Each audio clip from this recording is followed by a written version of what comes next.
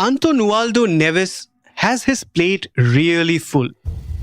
In the last 2 years, the CEO of Etihad Aviation Group has been doing what he does best, which is turning the airline around, trying to make it sustainably profitable, and most critically, putting it on a path to growth. Now, while premium Gulf carriers are almost synonymous with financial muscle and huge growth, not least due to the government support they allegedly get, Etihad has had a more turbulent ride than its two other peers. Context? Well, between 2011 and 2016, Etihad bought stakes in 6 airlines across the world to rapidly expand its global presence. They were Air Seychelles, Virgin Australia, Alitalia, Air Serbia, Darwin, and of course, India's Jet Airways. The multilateral string of pearls strategy, however, became the airline's undoing. We all know what happened to Jet, but most of the other carriers also fell into massive losses and ultimately filed for bankruptcy. Etihad's losses ballooned to billions of dollars every year. The airline then took a pause. It completely cut back on all unnecessary expenses, refashioned itself into a mid-sized carrier, and swung back to record profitability in the first half of 2022. Later that year, in October, its ownership was transferred to the country's sovereign wealth fund ADQ, along with the new owners, came Neves. Now Neves, the former CEO of TAP Portugal, is somewhat of a turnaround expert. In his very first year, that's 2023, Etihad's net profit grew more than 5-fold to $143 million. To be sure, that's still a fraction of the profitability of its peers.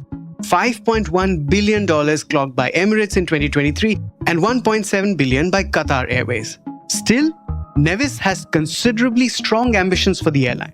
A doubling of fleet to over 160 aircraft and a massive passenger growth to 33 million by 2030. The airline once had a massive presence in India thanks to Jet and favorable government policies. It now operates more than 176 flights to the country and wants to fly more, much more. Etihad, however, continues to grapple with problems too. Geopolitical turmoil in the Middle East leading to constant fears of travel disruption and volatility in oil prices, fears of climate change that led to tremendous flooding in Dubai recently and might affect other regions too, including the city where Etihad is headquartered. Major supply chain disruptions at its suppliers, especially Boeing, and in countries like India, a government which is super cautious about opening up skies to foreign carriers. Etihad is also reportedly planning an IPO, which would make it the only listed Gulf carrier and put on it the responsibility of something its peers have often been accused of eschewing. That's transparency. So, what flight path does Etihad CEO have in mind for his airline? Well, listen in from the man himself in our latest corner office conversation. It's Friday, the 19th of September.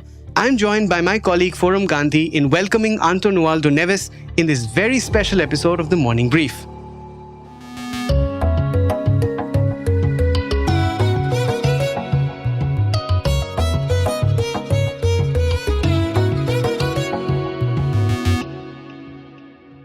Just wanted to sort of start with your journey in Etihad. You joined in 2022 at a time when the airline was just coming out of its financial troubles. You joined, in fact, a few months after it had recorded a swing to profits after, long years of losses. And since then, your strategy has been, cautious growth with sustainable profitability, or what you call front-loading growth. And that has meant, of course, your aim to sort of double the airline size, but also sort of restructure its operations and network and hubs. So I'd like to start by asking you, what are the 2 or 3 milestones that you have achieved for the airline in the last two years? So the way I see the Etihad journey is in 3 different phases, right? Etihad is still a young airline. Some people think we're a legacy carrier, but we've been around for only 20 years. That's about the same time as Indigo is around. And Indigo is no legacy carrier, right? Yeah. So the first 15 years was all about setting the bar very high, creating a global brand, expanding a lot. Then it came 5 years where the airline was restructured, downsized. We came to about 60 planes, right? And today we have 92. 2022 was a break-even year, turning to profitability. And that closed phase 2.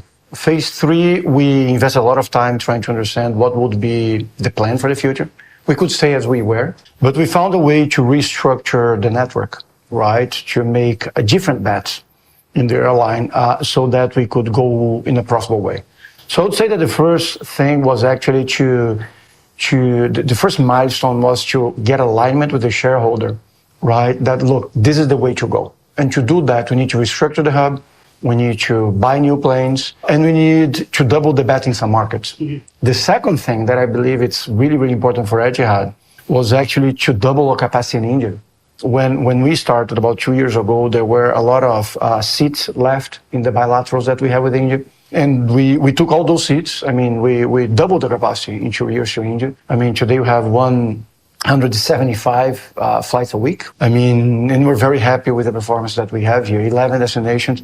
So that was the second big milestone. And I would say that the third one was actually engaging the entire airline. I mean, we have 12,000 people today, about 12,000 people. Engaging everyone in that beautiful journey, which is to add 100 planes in 5 years, right? That's massive. I mean, I don't know any other airline in the world that is at the same time today expanding margins and growing 37% per year. So we'll come to India in just a bit, but I'd like to talk about margins a little bit. You are one of the few premium airline CEOs that has actually been talking about costs. In one of your interviews, you spoke about cost-cutting target of about $100 to $150 million per year. How do you balance the growth with the cost, being a premium airline that has to set certain standards and, of course, with competition growing all the time? The mandate we have from the shareholders is very, very clear, right? We need to make money, but at the same time, deliver extraordinary customer experience.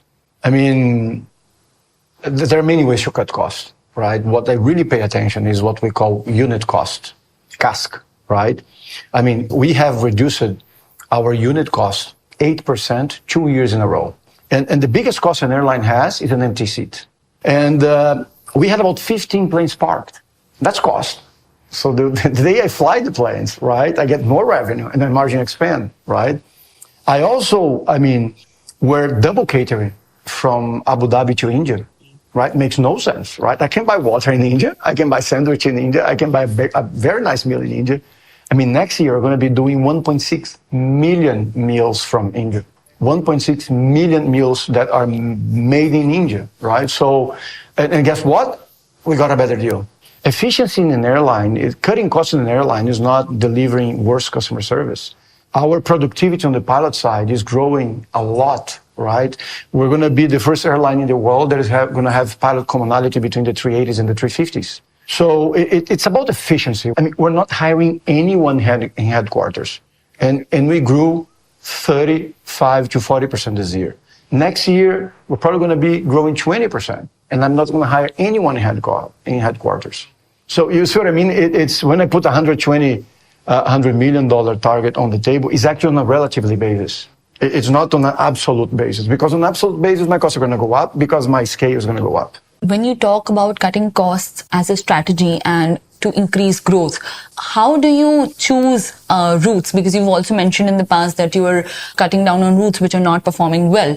What is the strategy that goes behind, choosing a route to a destination? Yeah, we're investing in the next 5 years about $7 billion in new aircraft. We're going to retrofit all the planes that we have. We're going to be investing $800 million to retrofit plane. I need to do single engine taxi. I'm sorry to be a little bit technical here, but if I do single engine taxi, right, I save fuel. Now we have the new terminal in Abu Dhabi. I don't have to run the APU, which is the engine on the back of the plane, to keep the plane cool. Why?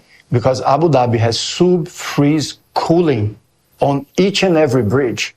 And I now do all my operation on the bridges. I don't do remote operation anymore.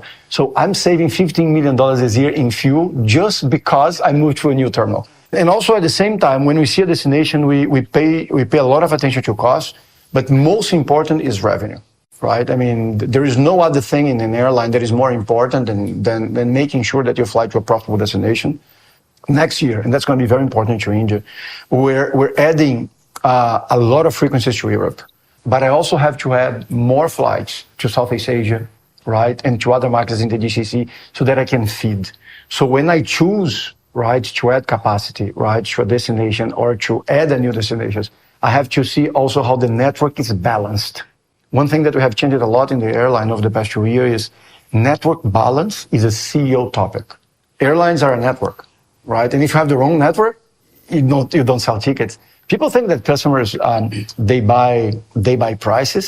They do, right? But first and foremost, you buy a network. So it's a combination of network, price, and product and service, right? So these are the three aspects that we have to make sure we deliver to any market that we fly.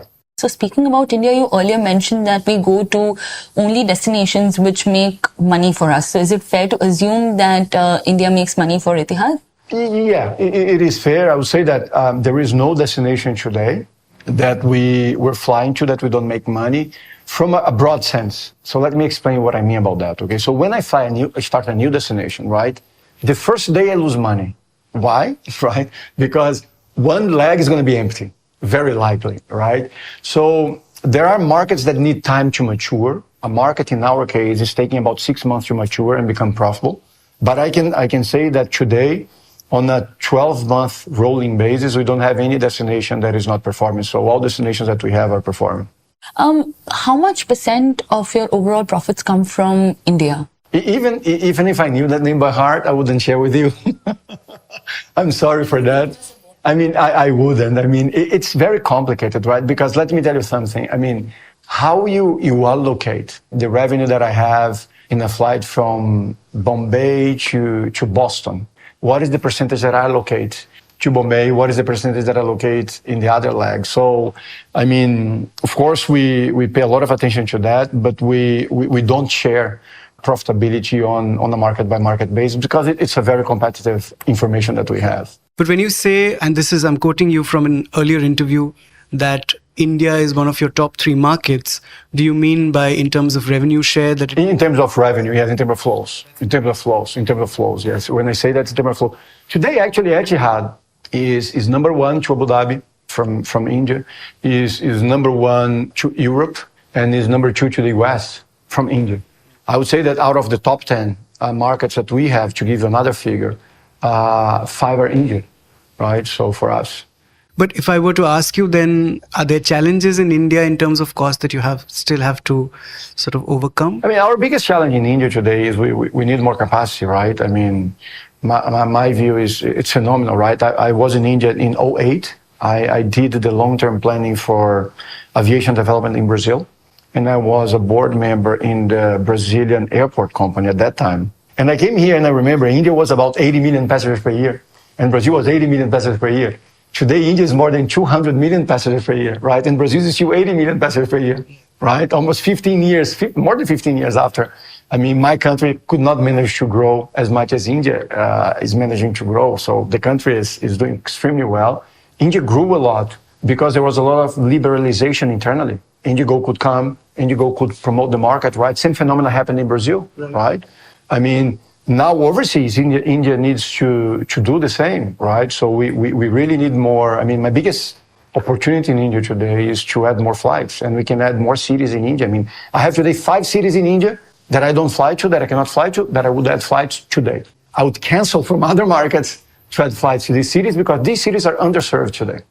Right. Would you call the government's slightly, if I may call it, hawkish attitude towards opening up the skies a concern? I mean, it's public policy, right? It's very hard for me to be commenting on public policy. I think I only have compliments for the Indian government, to be honest, because to take from 90 million passengers to 250, you see what I mean? There's no hawkish in that. If you see the investments in infrastructure here, I don't see any hawkishness in the airports, even in the bilaterals. I mean, people talk a lot about that it's trying to protect something. I don't think so, okay? What I really think, and I've been on the other side of the equation. I've been in Brazil also having those discussions, right? In Portugal having those discussions, right? And I fully understand that. It's a process that requires, I mean, time. How could I sit on the table to ask more slots and bilaterals in India 2 years ago without taking all the slots? How can India move on right now if there are still some seats available on the Indian side? You see what I mean? So, I mean, it's a process, and I think the government is doing a terrific job here to promote the aviation sector development. But on the other hand, Indian airlines have been increasingly offering point to point. And you mentioned that you wanted more point to point to Abu Dhabi. Is it a matter of concern that Indian airlines have been increasing their frequency and capacity directly to other destinations where you all could have, otherwise offered? I don't think so. Honestly, I mean, that's why we changed the strategy. You see what I mean? I mean, all the airlines in India, they have all the right in the world to fly non-stop from India to anywhere in the world. And they should do that. And the fact that other competition from India or from any other country, right, is competing with us, it just gives us more energy to go and become more efficient and deliver better customer service. You mentioned that you wanted more destinations from India. Have you been able to shortlist any more destinations? We do have, but we're not sharing right now. I mean, we do have 4 to 5 new destinations. They're very usual suspects. Could you give us regions, maybe?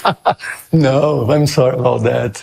But we do have. When would you say you would reach pre-COVID levels of traffic from India? I think you're 6 lakh behind as per, the kind of traffic that you're carrying to and from India pre-COVID. I think you're down by about 6 lakh now? Yeah, more or less, because we have Arabia Abu Dhabi, right? And Arabia Abu Dhabi is an investment from Etihad.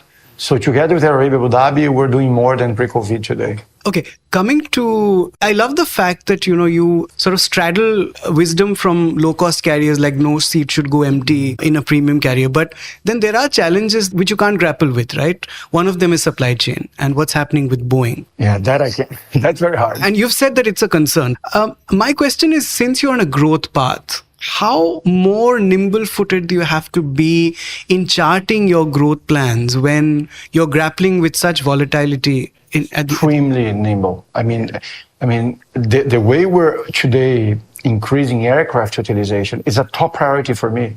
So we have some stations where, I'm sorry to be so technical, okay, but you're asking technical questions. Yeah, not at all. Yeah, business questions. You have enough av geeks who would love to listen to this. I'm sorry to be answering like this, but you're teasing me, right? So, I mean, we have situations where we fly to places that are slot constrained.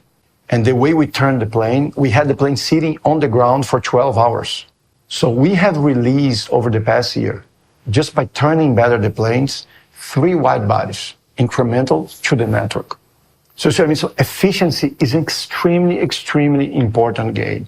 And we need to be nimble about that. I mean, I will take a flight to go to any city in the world to discuss a slot. That's how important this is for us. Because it's a $200 million asset. If it's sitting there 12 hours, it costs 400. You see what I mean? I'm exaggerating to make the point, but no plane is going to fly 24 hours per day. But if a plane can fly 16 hours per day and is only flying 10 hours per day, I'm losing 60% of that capex. It's crazy, right? It's crazy. So it's really nimble. We need to be really, really, really nimble. I mean, we need to choose the destinations not only based on the potential revenue, the potential cost, but also on how much aircraft utilization I can take from that. And I'm asking you $1 billion question. When do you see this easing? I mean, I don't see it. I think we're going through a very complex phase that the industry has not gone before. I think we've never had, right, a situation like we have today where demand in places like Southeast Asia and India, right, and GCC and the Gulf region, where you have 4 billion people, 5 billion people, is growing 5-10% per year. So on the demand side, I don't see any hope, but that's a good thing. And then for the supply side, I mean, I think it's going to take time. It's going to really, really, really take time. It's going to take 5 years, 7 years to really put supply chain back. So speaking about you being bullish, can you give us a little outlook for the H2 of FY25 and the year coming after that for India specifically? And then can you speak a little bit about the cargo business, because it was one of the 4 regions that you had shortlisted. So can you just shed some light on that, please? I mean, we can't grow next year in India. So our objective in India next year is to keep what we have, right? So that's the objective. We can't add more seats. We can't add more cities. So India is going to be business as usual. As far as cargo is concerned, I mean, it's a top priority for the company. 20% of my revenue comes from cargo. We're investing a lot in our cargo business. I mean, we're announcing JVs in the cargo business, right? And I came from China, right? So we announced the JV with SF Express, which is one of the biggest players in the world on the cargo side. They actually fly to India. Do we see some JVs happening in India as well? I mean, we're open for any kind of JV. I mean, we don't do equity investments that we did in the past, right, with a relevant stake. But I mean, JVs, code shares, interlines, any kind of partnership, I mean, we're open for that. So one cornerstone that you've been mentioning in your interviews is transparency. And that brings me to the market buzz about your upcoming IPO, And I'd like you to connect to the fact that, Gulf carriers, you'll be the first listed Gulf carrier. And usually there's been this whole notion about Gulf carriers, about their opacity. And the acquisitions have been leveled by Western carriers in the past. Do you think the listing, whenever that happens, do you think that'll also bring in an element of transparency that is much needed for the world to see into Gulf carriers' accounts and, finances, etc.? Look, I've listed airlines before, right? I listed Azul. I mean, I tried Azul 4 times. And we listed in the New York Stock Exchange and in the Brazilian Stock Exchange. Listing a company is not an end game, right? It's just access to a different source of capital. I mean, Etihad one day, if we go public, right? I mean, there's nothing, decided about that. It's going to be a shareholder decision in the end, right? So we don't decide on that, right? My obligation as management is to make sure that the airline is ready for that, right? And I can tell you, we're ready for that. I think it's good for the markets that we have more transparency because we need to be ready, right? We decided actually to start publishing our results in a very transparent way. Because in the past, there was a lot of accusations, right, about subsidies, about paying less fuel. We don't have that. I can share with anyone, right? I mean, and when we're public, you're going to see my fuel bill, right? Actually, in some cities... We'd love to see that. You'll see that. It's going to be there, right? In some cities, I pay less than I pay in Abu Dhabi, right? So Abu Dhabi sometimes is more expensive than other cities. How's that possible, right? It's very simple. ADNOC is a listed company as well. It cannot subsidize me.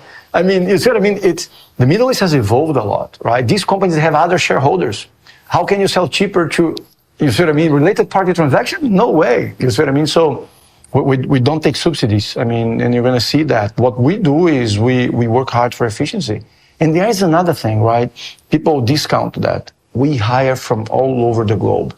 I can have someone from the US, I can have someone coming, and I have someone from the US, someone from Canada, someone from Brazil, someone from Argentina, someone from Ukraine, someone from Russia, someone from Pakistan, someone from India. You used to have a large chunk of your staff from India. Do you still maintain? 1,700, if I'm not mistaken. So it's out of 12,000. Out of 12,000. It's the largest pool. But I mean, we have 140 nationalities. Okay. I want to ask you, as a CEO, does it give you, it's a triumvirate that we've always looked at as the Gulf carriers, right? Emirates, Qatar, and Etihad. And, your profitability, you're behind them because you're on a growth curve and, on a turnaround curve. Is several multiples of yours. Does it sort of concern you at night that, I have to reach, beyond $1 billion, $2 billion, $3 billion, like my Not really. I mean, there's something in our values that we have emphasized recently. That is, we have to be true to who we are. And Etihad spends too much time trying to copy Emirates and Qatar. In the past, you mean? Yeah, oh, okay. I don't need that, right? Of course, we see a number of benchmarks, right, to compare profitability, right? So I know today, for each and every line, how I am compared to my competition, not only Emirates and Qatar, but also Turkish, everyone that publishes, right? So the world is bigger than that. When people come to me, let's benchmark against Emirates, I say, look, I don't want to see it. If you want to talk about benchmarking about 50 airlines in the world, I want to see it, right? Let's see what United is doing. Let's see what Delta is doing, right? Let's see what Cathay Pacific is doing. Let's see what, Air India is doing. I think Air India is now investing a lot in the product, right? And so let's learn from that. Not only, is what I mean? Our friends from the Gulf. Speaking of investments, the string of pearls strategy under James Hogan was history. Now it's already gone. Are there any other strategies that you're implementing? Are there any other kind of investments that you're looking besides now investing in airlines? Since you mentioned no, I invest in planes and in my people. The two biggest investments that we make is in our people and in our planes. One question that has often been asked to Gulf carriers is, Gulf is such a small country. I know it's a hub, but do you need 3 carriers? For India, the narrative is quite different. We are, people are accusing the industry of going into a duopoly where, the market is divided between Indigo. You have a Casa coming, right? Yeah, but you see how it is, right? More than 80% of the market belong to 2 airlines. How do you see that as a global airline CEO and a veteran in the industry and who knows India so well? How do you see that comment and situation? I mean, when people ask me that question about the Gulf, right, I kind of say, look, guys, first and foremost, right, I mean, Dubai is the number 1 destination in the world today for tourism. So I can't understand, right, if New York has 3 airports, 5 carriers fighting for New York, why can't we have 3 airlines in the Middle East? So I think India with 250, I mean, India's going to have 3 carriers, 4 carriers, right? And because the entry barriers are low, but the expansion barriers are very high. I think that what we're seeing now in India is that, I mean, the mistakes from the past are behind and people are focused in the future, which is great, right? So you see airlines like Akasa coming with a very, very clear game plan. I applaud that. And you're going to have Akasa, Indigo, and Air India, healthy airlines fighting for the market, and eventually going to have an entrepreneur in India that is a very entrepreneurial country, right? That's going to have a 4th airline when India reached 300 million passengers. And I think that's great. Mr. Neves, thank you so much. This was a lovely conversation. Thank you for joining us on the Morning Brief. Thank you very much. Thank you for your questions and thank you for having us. And fly Etihad. Yes, absolutely. That's it for today. We hope you liked listening to this corner office conversation on the Morning Brief. It was produced by Vinay Joshi and Surohini Jain and sound designed by Rajas Naik and Indrail Bhattacharjee. Do like, share and subscribe to TMB, a new episode of which drops every Tuesday, Thursday and Friday on a listening platform of your choice. Thank you and have a good weekend.